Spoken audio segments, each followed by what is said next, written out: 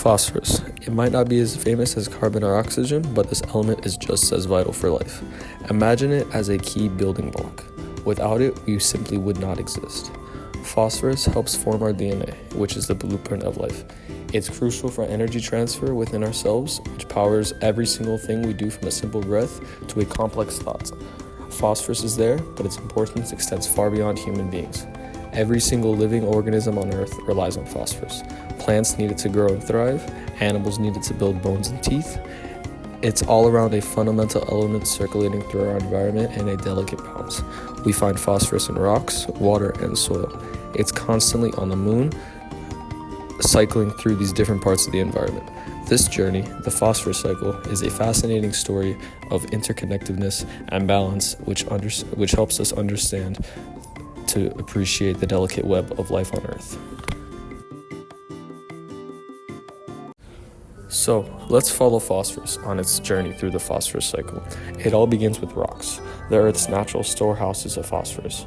Over time, these rocks are weathered down by rain, wind, and ice, known as physical weathering. This weathering releases phosphorus into the soil and water. Plants then step in, absorbing phosphorus from the soil through their roots. They use it to grow, which creating new leaves, stems, and flowers. Animals then eat these plants, which obtain the phosphorus they need when plants and animals die. Decomposers get to work breaking down the remains and returning phosphorus back to the soil. Some phosphorus washes into rivers and streams, which eventually reaches the ocean. In the ocean, phosphorus can be taken up by marine organisms near the surface. Here, it settles to the bottom and is then taken up by processes such as uptake and harvesting, and then leads the phosphorus back into the cycle to have the cycle start anew.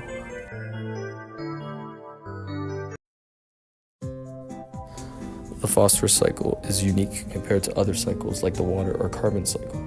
Unlike these, the phosphorus cycle doesn't have a significant atmospheric component, such that its only source comes from rocks and other things like it. It's a much slower process, which primarily happens on land and in water. Another key difference is the lack of gaseous form of phosphorus that readily moves between the atmosphere and the Earth. This means the phosphorus cycle is highly localized. The amount of phosphorus in a particular ecosystem depends heavily on the rocks and soil in that specific area. This localized nature makes the phosphorus cycle particularly vulnerable to disruption by human activities, which can significantly alter the balance of this cycle, often with unintended consequences.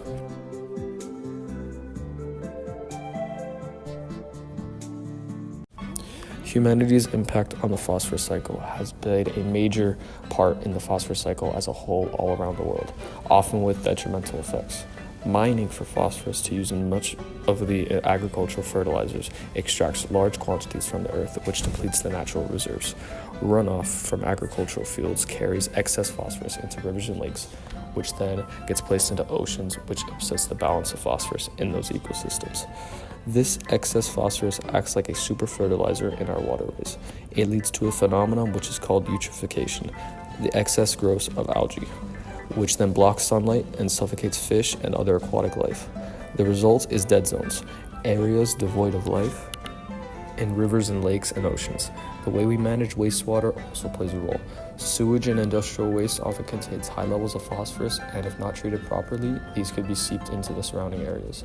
These contaminants contribute to the growing problem of phosphorus pollution around the world.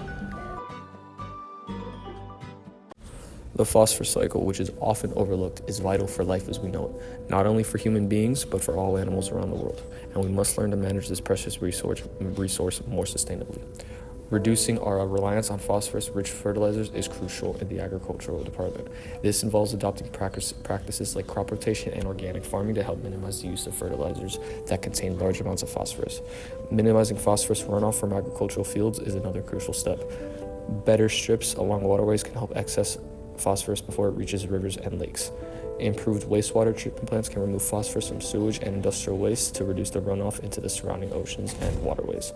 The future of our planet depends on a balanced phosphorus cycle as well as all the other nutrient cycles on Earth. And by understanding this delicate cycle and making responsible choices, we can ensure that this essential element continues to support life for generations to come.